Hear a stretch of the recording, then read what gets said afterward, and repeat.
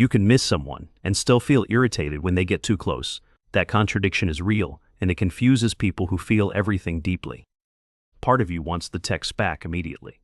Another part feels crowded. The second warmth becomes consistent, like comfort is somehow asking too much.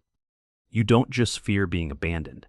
Sometimes you fear being reached, because being truly reached means someone could notice how much you actually need. So you move toward love and brace against it at the same time. You crave relief, then resent the vulnerability that relief requires. This is why closeness can feel soothing on Monday and suffocating by Thursday. Nothing dramatic changed, but your inner alarm started reading intimacy as exposure. You like the idea of someone understanding you. You just don't always like the feeling of being knowable while it's happening in real time. That tension shows up in tiny moments. You wait for their message, then stare at the screen feeling annoyed that they now have access to your mood. You want reassurance, but hate the position of needing it. So you act casual, go quiet, and secretly hope they notice anyway. You feel lonely when they pull back. Yet when they lean in with real steadiness, something inside you starts scanning for pressure, obligation, or disappointment. It can look like mixed signals from the outside. Inside, it feels more like two needs fighting over the same nervous system. One need says, "Stay close, I don't want to do this alone." The other says, "Don't relax yet, closeness always changes the balance of power." And that second voice usually sounds reasonable. It doesn't call itself fear, it calls itself standards, independence, discernment, or just needing space. Sometimes it even feels mature. You tell yourself you're protecting your peace, when really you're protecting yourself from being emotionally touched. Because once someone matters, everything gets louder. Their pauses feel longer, their tone feels sharper, and your own reactions become harder to hide from yourself. A healthy person checking in can still make you tense, not because they did anything wrong, but because attention lands on old places. You may have learned that closeness comes with demands. Love might have meant unpredictability, emotional responsibility, or needing to read the room before speaking. So now intimacy doesn't just register as comfort. It also registers as labor, risk, and the possibility of losing yourself while trying to stay connected. That is why you can deeply want to bond and still resist the feeling of being bonded. Your body remembers what your mind tries to simplify. You might notice it most after a good moment. The date goes well, the conversation is easy, and then you feel weirdly cold after. Not because the connection was fake, sometimes because it was real enough to matter and real enough to wake up your defenses. This is where people misread themselves. They think maybe I'm just not ready, not interested, or not built for relationships. But often the deeper truth is less simple. You are ready for closeness in theory, but your emotional reflexes still treat it like exposure. So you pull away to feel organized again. Distance gives you something control can hold, even when distance is the very thing making you ache. You may answer slower after a vulnerable conversation. You may suddenly focus on their flaws or feel irritated by small things that never mattered before. That irritation is not always about them. Sometimes it's the mind's fastest way of creating room when the heart has started depending on something. Dependence is the loaded word here. Some people hear it and imagine weakness, neediness, or losing dignity instead of mutual human attachment. So they try to experience love without ever leaning on it. They want all the warmth of connection without the surrender of being affected. But being unaffected is not intimacy. It's emotional insulation, and insulation starts to feel lonely even when someone is sitting right beside you. This is why you can be in a relationship and still feel strangely alone. Your heart is there, but your guard is doing most of the talking. You share updates, jokes, routines, maybe even a bed, but the softer truths stay trapped behind timing, caution, and 1,000 edited sentences. You want them to guess what hurts. Asking directly feels too exposed, almost like handing someone the map to your most sensitive places. So you give hints instead of language. Then you feel disappointed when they miss a need you never really let become visible. This is one of the quiet pains of attachment conflict. You can look self-contained while privately starving for emotional certainty. And when certainty finally arrives, you may not know how to receive it. Kindness can feel suspicious when you've trained yourself to expect shifts. Someone being patient with you can feel beautiful for a moment. Then suddenly it feels dangerous, because patience invites you to let your guard drop. If you let it drop, they matter more. If they matter more, their absence can hurt more, and your system knows that math instantly. So you start finding reasons to cool down. You call it chemistry fading, but sometimes it's just your self-protection speeding ahead of your honesty. This doesn't mean your feelings aren't genuine. It means your fear often arrives in the same room as your longing, wearing smarter clothes. And fear is rarely dramatic at first. It often shows up as overthinking, emotional numbness, sudden busyness, or a strange urge to create distance. You tell yourself you just need a night alone. What you might really need is relief from the intensity of being attached. Because attachment makes you reachable. It gives another person the ability to soothe you, disappoint you, calm you, or shake something loose in you. For some people, that is comforting. For others, it feels like a loss of internal control, even when the relationship itself is safe. So you start protecting yourself from the very thing you asked for, not because closeness is wrong, but because closeness makes your inner world less private. There is also pride in this pattern. Not arrogance exactly, but the quiet pride of being the one who doesn't need too much. You may have built an identity around being low maintenance, easygoing, independent, fine on your own, hard to hurt, and not one of those people. But that identity gets expensive. It can stop you from asking for comfort until your resentment is already louder than your actual need. Then your partner sees the distance, but not the fear under it. They respond to the coldness, while you are reacting to the ache underneath. This is how people start living in misunderstandings. One person feels shut out, while the other feels pressured and unseen at the same time. The conflict is not only about closeness, it's about what closeness means in your internal history, and whether love feels like freedom or exposure. For some, distance feels safer because distance preserves fantasy. Up close, love becomes specific, imperfect, and capable of touching old disappointments. When someone is far away, you can miss them without having to negotiate real intimacy. Missing feels cleaner than being known sometimes. That is why some people feel most tender when they are alone.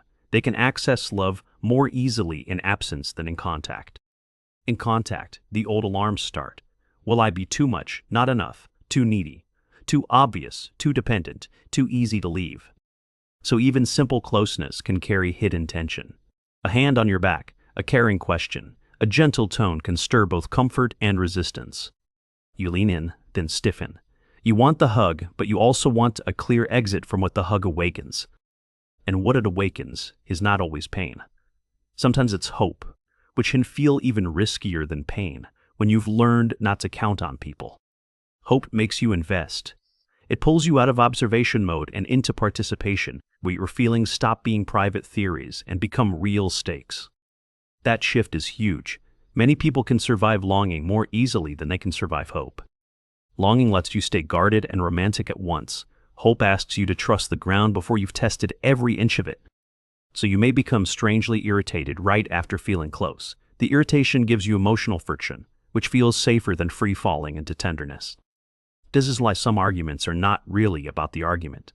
They are about how exposed you felt 5 minutes earlier. You were laughing, open, maybe a little soft. Then one small comment lands wrong, and suddenly the whole room feels emotionally unsafe.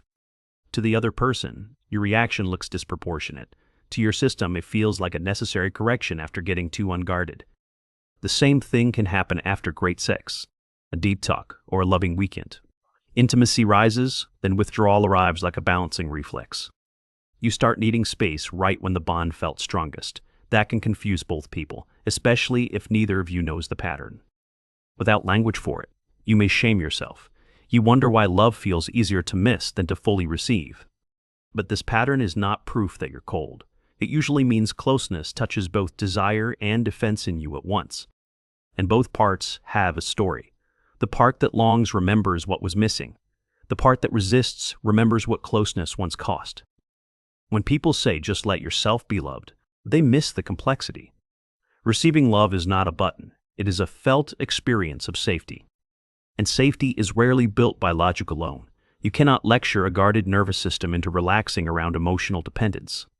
It learns slowly, through repetition, through people whose warmth stays steady without becoming intrusive, and whose closeness doesn't erase your inner boundaries. It also learns through your own honesty. Not dramatic honesty, just the kind that admits, I get weird when I start to care. That sentence can change a relationship. It gives context to your distance, before distance turns into a mystery someone else has to decode.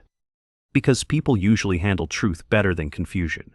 What hurts relationships is not always fear itself, but fear disguised as indifference. Indifference creates guesswork. It makes the other person feel foolish for sensing warmth beneath behavior that keeps denying it. And this is the cost of overprotection. You can avoid feeling too vulnerable for a moment, but you also become harder to love well. Not because you're unlovable, because hidden needs cannot be responded to, and unspoken tenderness often turns into misunderstood distance. The goal is not to become endlessly open. The goal is to notice when resentment is actually fear wearing the language of irritation. Sometimes you don't hate closeness. You hate how quickly closeness reveals your need, and how little control you feel once that need is alive. Sometimes you don't want less love. You want love without the panic of being emotionally affected by another human being. But real closeness always affects you. That is not failure. That is the price and beauty of letting another person matter. The mature move is not pretending you are above that. It is learning how to stay present when connections start shaking old expectations loose. It is learning to say, "I need a second," without turning that second into a wall. It is asking for reassurance before resentment hardens. It is noticing when you are testing love instead of participating in it. Pulling back to see if they chase is still a bid for proof. It is understanding that some of your coldness is unfinished self-protection. Not manipulation, not cruelty, just an old strategy outliving its original moment. And old strategies can feel like personality. You may think, "This is just who I am," when it is really who you had to be. The difference matters. Personality feels fixed. Protection can be understood, softened, and updated once you stop confusing it with your deepest self. Your deepest self may be far more tender than your habits allow. It may want consistency, softness, and closeness without constantly bracing for impact. That does not make you weak. It makes you human in the most ordinary and difficult way. The people who resent closeness are often the ones most changed by it. They feel its power early, so they try to control the terms. They want the door open, but not wide enough to get trapped. They want love nearby, but not close enough to rearrange them. Yet love rearranges everyone who lets it in. The question is whether you can let that happen without treating your own tenderness like a threat. Maybe that is the real tension underneath all of this. You are not torn between love and distance. You are torn between longing and self-protection. And self-protection is seductive because it speaks with certainty. Longing speaks softer. It asks for trust before there is proof. But the softer voice is often the truer one. It knows that being unreachable has never actually cured the ache for connection. It only made the ache look neater, more controlled, more dignified, and much harder for anyone else to help carry. So if closeness sometimes makes you angry, pause before judging yourself. Anger may be the smoke, not the fire. Under it might be fear, grief, hope, exposure, or the sudden shock of caring more than you wanted to.